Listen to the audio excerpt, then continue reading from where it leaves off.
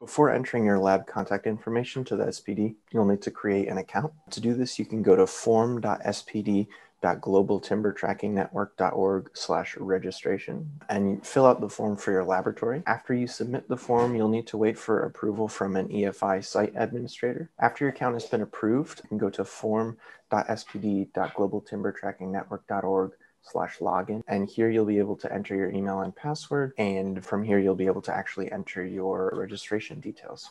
Once you log in, you'll be able to edit the details of your laboratory in the SPD. So this is a 4-step form which takes detailed information about the service provider in 3 major categories. The first is general information, the next is analysis capabilities, and the third is quality indicators. The form also contains a page of terms and conditions that the user must agree to in order to use the services provided by GTTN.